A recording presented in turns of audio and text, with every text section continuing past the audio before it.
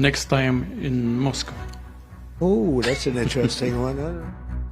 امریکہ کے صدر Donald Trump کا کہنا ہے کہ یوکرین کے معاملے پر کوئی معاہدہ نہیں ہوا، لیکن روسی صدر ولادیمیر پوتن کے ساتھ مذاکرات میں پیش رفت ہوئی ہے۔ الاسکا میں تقریباً 3 گھنٹے تک جاری رہنے والی ملاقات کے بعد میڈیا کو دیے گئے ایک انٹرویو میں انہوں نے کہا کہ ہم کسی نتیجے پر نہیں پہنچ سکے۔ ملاقات سے قبل دونوں لیڈرز کے درمیان ایئرپورٹ پر ہونے والی ملاقات میں کافی گرم جوشی دکھائی دی اور دونوں نے 2 بار مصافحہ بھی کیا، اور پھر دونوں ٹرمپ کی لیموزین میں سوار ہو کر ملاقات کی جگہ کے لیے روانہ ہو گئے۔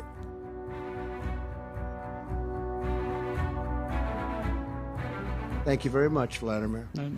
Next time in Moscow. Oh, that's an interesting one. I don't know. I'll get a little heat on that one, but I could see it possibly happening.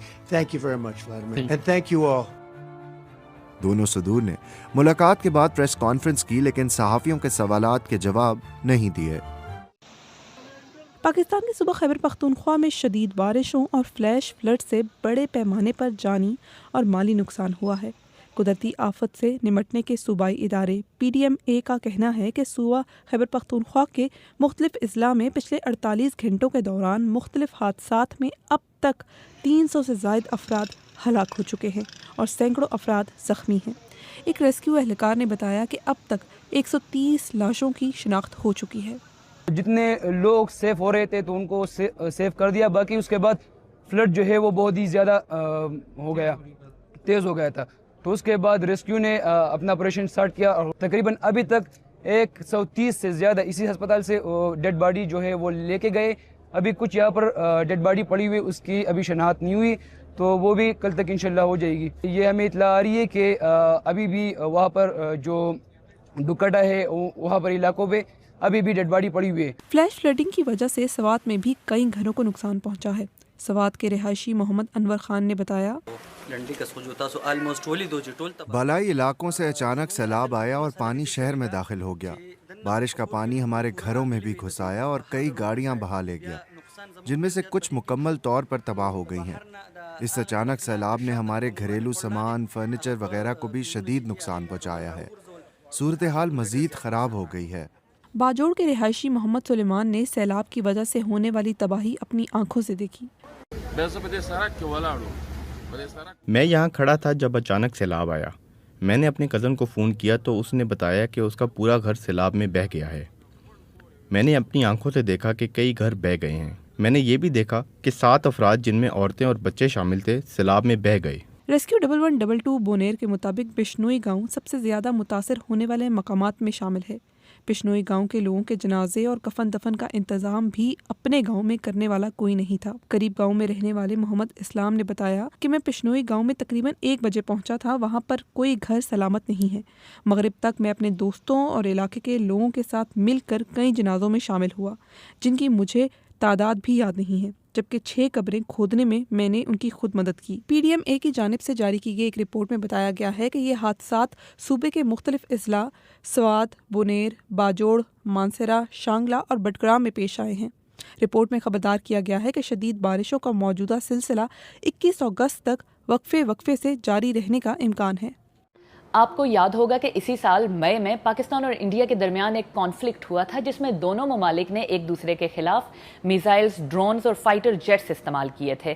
Pakistan army نے اپنے توپ خانے یعنی آرٹلری سے فتح 1 اور فتح 2 میزائلز استعمال کیے اور انڈیا میں مختلف اہداف کو نشانہ بنانے کا دعویٰ بھی کیا۔ اب پاکستان کے پرائم منسٹر نے اعلان کیا ہے کہ اسی توپ خانے سے میڈیم اور لانگ رینج کے میزائلز کو مینج کرنے کے لیے ایک نئی کمانڈ قائم کی جا رہی ہے۔ آج اس موقع پر میں آرمی راکٹ فورس کمانڈ کی تشکیل کا اعلان کرتا ہوں۔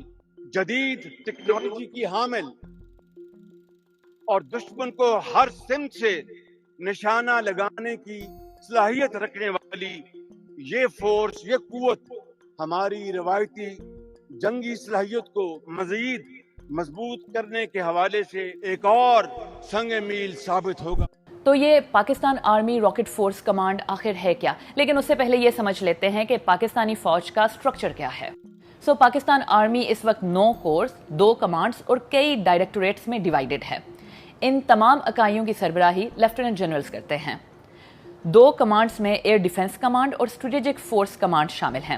پاکستان کے نیوکلیئر وار ہیڈز کے سسٹم کی ذمہ داری اسٹریٹجک فورس کمانڈ کے پاس ہے، جبکہ ایئر ڈیفنس کمانڈ پاکستانی فوج کی فضائی دفاعی صلاحیت کی ذمہ دار ہے۔ اور اب نئی راکٹ فورس ان کے ساتھ ایک تیسری بڑی کمانڈ ہوگی، لیکن صرف کنونشنل وارفیئر یعنی نان نیوکلیئر کانفلکٹ میں لانگ رینج میزائلز اور راکٹس کے استعمال کے لیے۔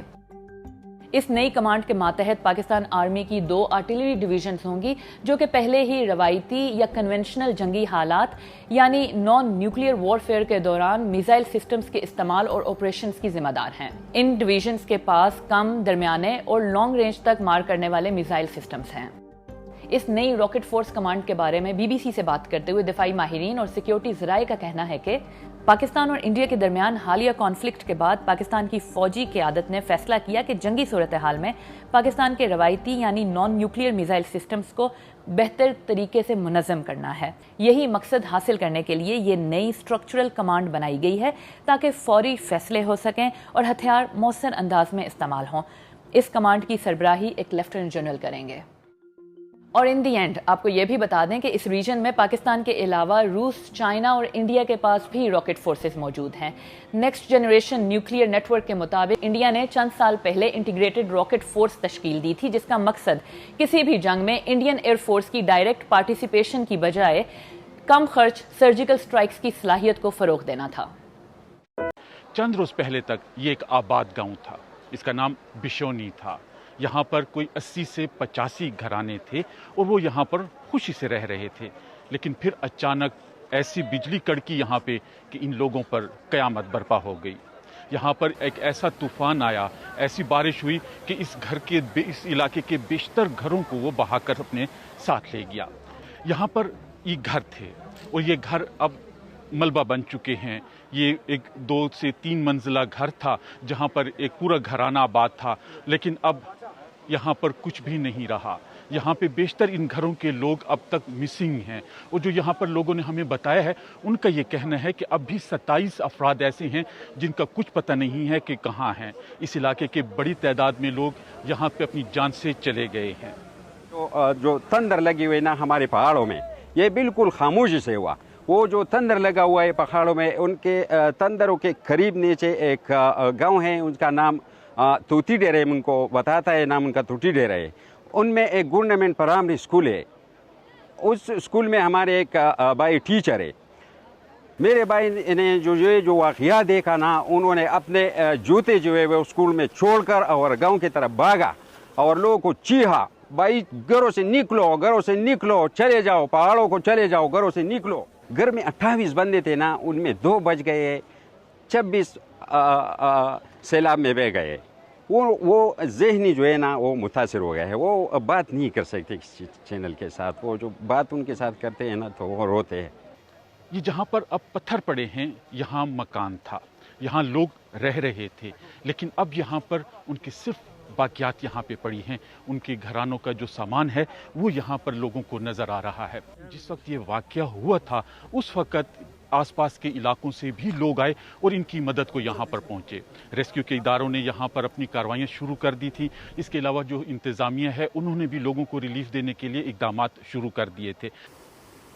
محکمہ موسمیات کی طرف سے اب پھر ایک مرتبہ الرٹ جاری کیا گیا ہے۔ آج بھی یعنی کہ اتوار کے روز یہاں پہ بارشیں ہوئی ہیں، اب تھوڑی سی دھوپ نکلی ہے، لیکن یہاں پر اب بھی الرٹ جاری ہے کہ کسی بھی وقت شدید بارشیں ہو سکتی ہیں۔ اس کے لیے یہاں پر انتظامیہ اور حکومت نے بھی اب انتظامات کر دیے ہیں، لوگوں کو بھی الرٹ کر دیا ہے کہ کوئی دریاؤں کے کنارے یا کسی اور ایسی جگہ پہ نہ جائیں جہاں پر اس سیلاب کا یا کسی نقصان کا خطرہ ہو۔ حالیہ سیلاب اور بارشوں سے صرف اس ایک گاؤں کو ہی نقصان نہیں پہنچا، بلکہ خیبر پختونخوا کے ہزارہ ڈویژن اور ملکنڈ ڈویژن کے مختلف شہروں میں اس نے تباہی مچائی ہے۔ باجوڑ ہو گیا، مانسیرہ میں بٹاگرام کے علاقہ ہو گیا، اور اوپر سوات کے علاقوں میں بھی جہاں انفراسٹرکچر کو بھی شدید نقصان پہنچا ہے۔